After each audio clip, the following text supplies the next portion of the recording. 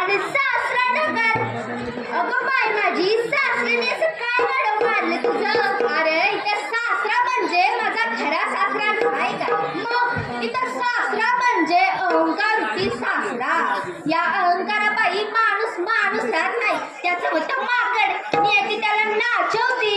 म्हणूनच हा अहंकारूपी सासरा जर दूर गेला असेल तर त्याला तिकडेच खपू दे, कायम जगवू दे. म्हणूनच मी म्हणते सासरा माझा गावी गेला, सासरा माझा गावी गेला, सासरा माझा गावी गेला, सासरा माझा गावी गेला. तिकडच खपू दे त्याला, तिकडच खपू दे त्याला, तिकडच खपू दे त्याला, तिकडच खपू दे त्याला. भवानी आहे रडगा आहे तुला, सत्वर पाव मला भवानी आहे रडगा आहे तुला, सत्वर पाव मला भवानी आहे रडगा आहे तुला, सत्वर पाव मला भवानी आहे रडगा आहे तुला.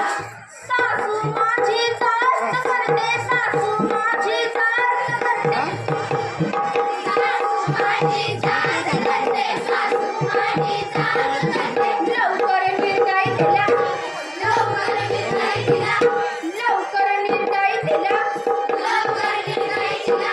लवकर निर्दय म्हणजे एन्काउंटर, खटक्यावर बोट, जाग्यावर पलटी. हा अगं सासूने असं काय गाडव मारलं तुझं?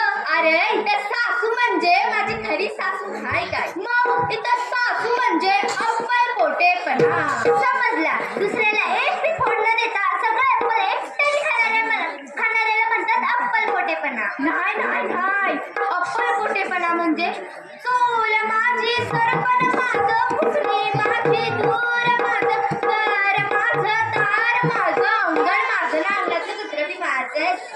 अरे अरे अरे अरे, मी आता म्हणतो साखळीनं बांधून ठेवा. कुणाला? सासूला ना. या अप्पल पोटेपणाला खरं आहे, या अप्पल पोटेपणाही त्रास होतो, जाच होतो. म्हणूनच म्हणते सासू माझी जाच करते, सासू